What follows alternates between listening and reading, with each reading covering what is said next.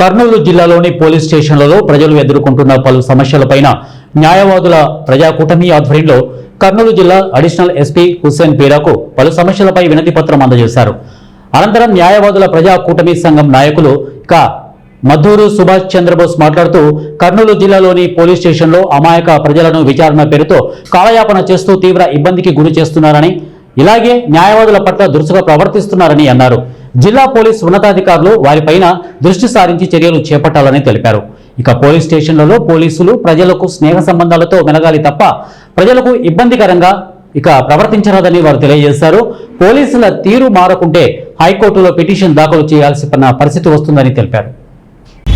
ఈరోజు lawyers and public front ఆధ్వర్యంలో కర్నూలు జిల్లా ఎస్పీ గారికి ఈ జిల్లాలో పోలీస్ స్టేషన్లో ఉన్నటువంటి ప్రజలు న్యాయవాదులు ఎదుర్కొంటున్న సమస్యలపైన వినతి పత్రం ఇవ్వడానికి వెళ్ళడం జరిగింది.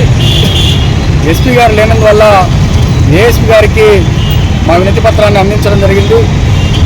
ప్రధానంగా ఈరోజు పోలీస్ స్టేషన్లలో అమాయకులపై పోలీసుల వేధింపులను అరికట్టాలి. రోజుల తరబడి నిందితులను పోలీస్ స్టేషన్లో నిర్బంధించి హింసించే పోలీసులపై చట్టపరమైన చర్యలు తీసుకోవాలి. న్యాయవాదులు ప్రజలు పోలీస్ స్టేషన్లకు వెళితే అక్కడ ఉన్నటువంటి సిబ్బంది న్యాయవాదులను కూడా చూడకుండా వారి పట్ల దురుసుగా ప్రవర్తిస్తున్నారు. అలాంటి ప్రవర్తనను మానుకొని ఎవరైనా పోలీస్ స్టేషన్కి వస్తే కనీసం వాళ్ళ సమస్య వినడానికి పోలీసులు తగిన ఓపికతో వినాలని చెప్పి మేము డిమాండ్ చేస్తున్నాం.